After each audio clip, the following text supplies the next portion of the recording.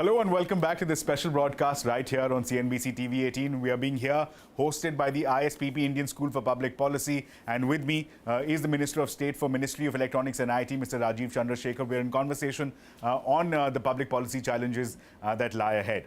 Another aspect as far as ensuring accountability in sync with the broader theme has been about privacy. And privacy, as you pointed out, you were one of the petitioners in the Puttaswamy case. The Supreme Court upheld it to be a fundamental right. And since then, we've seen a lot of policy work being done to build a framework for that. Very recently, we had the bill withdrawn from the Parliament. At the time, you had said that there needs to be more work needs to be put in. Can you give, for the benefit of people here, what is the kind of work that needs to be done to make it more startup-friendly, innovation-friendly? No, so first of all, I think most of you are aware of privacy being a fundamental right, and if those of you who studied the original bill that was then repealed or withdrawn will find that it had become very complicated, it had become very complex, it had become more than privacy.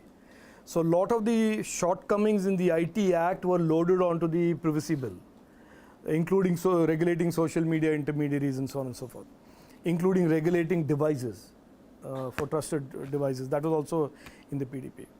It was felt that what we need is something that works, something that is simple, something that is that can be evolved as we go along and find more challenges.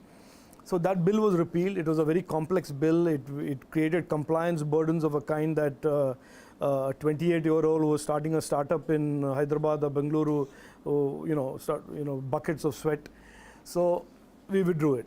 What we have coming, and I can assure you that it will be very soon, that it will be opened up for public consultation, where I would welcome students like you to take a deep look at it, comment on it, participate in that consultation.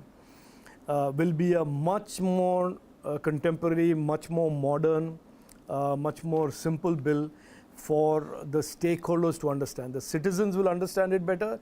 You will not need a law degree parallel to your life to understand the law, which I think the previous bill required you to have not just a BA, LLB, but what was next after LLB, LLM, I think. LLM. Yeah, so that is all not going to be necessary. Very simple to read, very simple to understand, but at the same time, protecting the citizens' right to privacy as well as managing the innovation ecosystem to continue to be growing and thriving.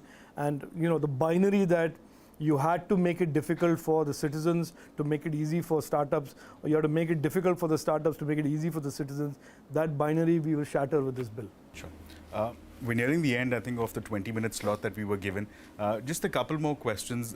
As far as a lot of these tech companies are concerned, very recently we've seen a lot of bulk hiring that are being done by these companies, which stands testament to the strength that some of these companies have, especially some of the Indian players. Right. The question I then want to ask is that at a time when we've just come out of work from home mechanisms, we have hybrid mechanisms, there are questions that are now being asked on having a more flexible regime in terms of handling talent. I'm speaking of moonlighting. An employee of company A, also contractually working for a company B, a different company. Is this perhaps a modern reality that we need to wake up to? So in my view on this is fairly clear, and at the same time it can be seen as a little hazy. First of all, I say that if you're an employee today and you have a contract with a company, there is nothing today, whether it's work from home or change circumstances, that allow you to or justify your breaching that contract. And if the contract says, thou shalt work only for me, thou shalt work only for him. That's the nature of a contract in India. So I don't want to encourage the conversation that seeks to say contracts are meaningless and therefore breaching of a contract can be justified by this new post-COVID reality, etc., etc. However, I do believe that the world of the workplace going forward is going to go through deep tectonic changes. And the workplace as we see today is not the workplace of even 2 years from down the road. The workplace that we see in 2022 is clearly not the workplace that we saw in 2019 January or 2020 January for that matter. So remote working, flexible working, employee entrepreneurship, these are all trends that nobody should try and defeat or attenuate or break. These are there. There's tremendous tailwind behind these trends. And so companies will have to re-engineer, restructure, rebuild their workforce models going forward. But I make it very clear every time I'm asked this question, there is no way I am going to condone somebody breaching their contract and saying that I did it because the world has changed around me. That's not a defense. If you're that keen on a new model, resign from the company and go and do your thing. But I completely do subscribe to the belief that the workforces have permanently changed. Workplaces, architecture and design has permanently changed. Well, we are sitting in a company of like very eager ears. I was told there are students who want to share some thoughts and maybe some questions with the Honourable Minister. In fact, I think we have one question if you'd like to share. My name is Siksha Daya. I am a law professional and a policy scholar here, public policy scholar here. So just a follow-up question of what Ashmit has already asked on GAC. So since when we have GAC in place, and we also have a right of a user to go and appeal to a court, so don't you think there's going to be there could be a conflicting decision on the same issue, number one? Number two, will that not undermine the credibility of GAC? So on the first one, look, we are letting the consumer or the platform decide where they want to go on appeal. You can't do both.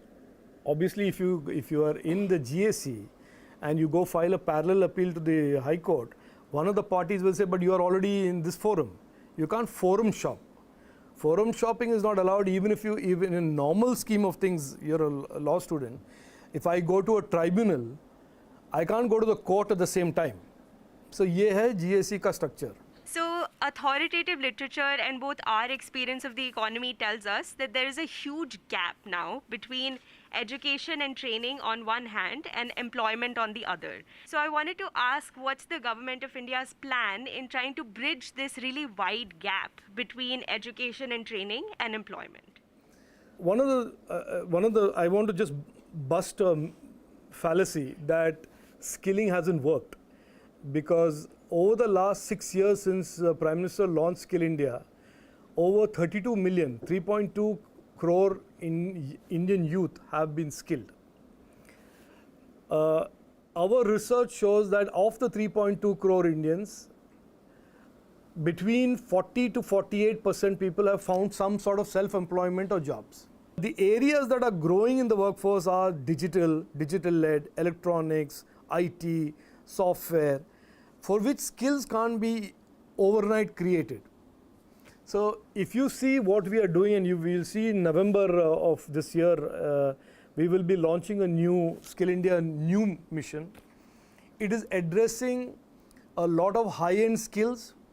It is addressing skill delivery, not just limited by the Skill India network, but we are creating skill hubs where even universities and colleges will start encouraging their students to do certification programs even when they're doing a degree.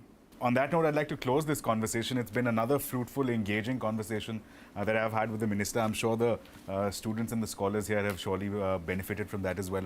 So thank you once again for taking our time and sharing it with us. Thank you.